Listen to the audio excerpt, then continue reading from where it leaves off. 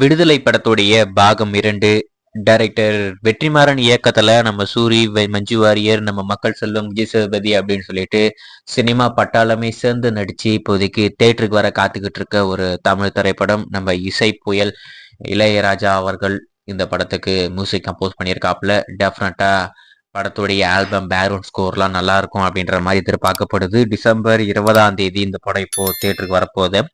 இன்னைக்கு இந்த படத்துடைய ஆடியோ அண்ட் லான்ச் ரொம்பவே பிரமாண்டமா சென்னையில பண்ணியிருக்காங்க.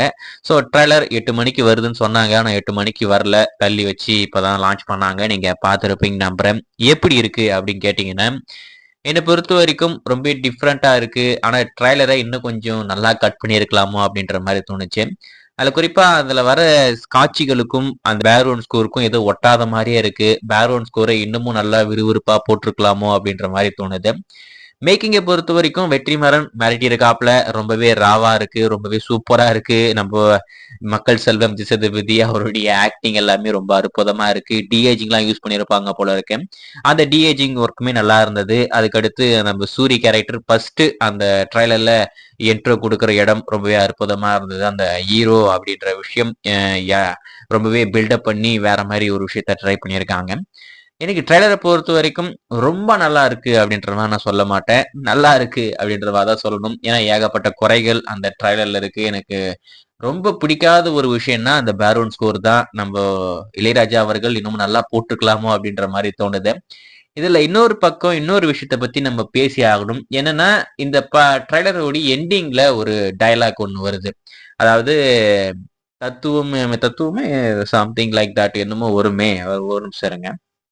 Leaders without ideology will only produce fans அப்படின்ற மாதிரி ஏதோ ஒரு விஷயத்த சொல்லிட்டு போயிருக்காப்புல. ஐ மீன் தமிழ்ல தத்துவம் இல்லாத தலைவர்கள் ரசிகர் மன்றம் தான் உருவாக்குவாங்க.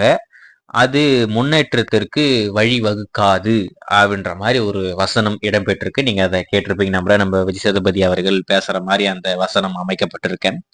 அது எப்படி இருக்கு அப்படின்னு கேட்டீங்கன்னா, இன்டைரக்டா விஜய் அவர்களை குத்தி பேசின மாதிரி தான் தோணுது. அதாவது சும்மா இருக்கிற விஜய் ஃபேன்ஸை நோண்டி விடுற மாதிரி ஏதோ ஒரு டைலாக். இது ஏன் வச்சிருப்பாங்கன்னா, இந்த படத்துடைய டிஸ்ட்ரிபியூட்டர் யார் அப்படின்றது, அதாவது மறைமுக தயாரிப்பாளர் ரெட் ஷைன்.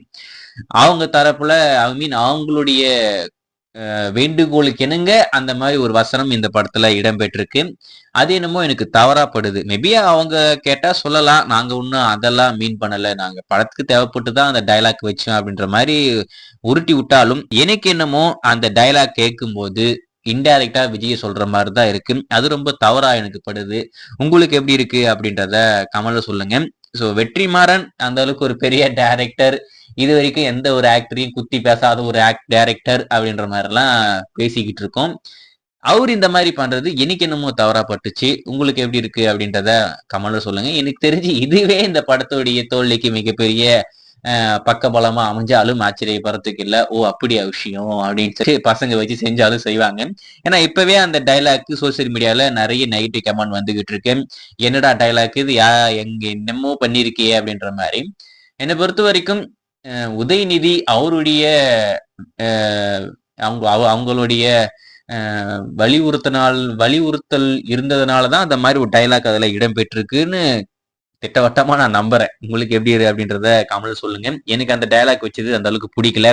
வெயிட் பண்ணி பார்ப்போம் படமா என்ன மாதிரி இருக்கு அப்படின்னு சொல்லிட்டு. அது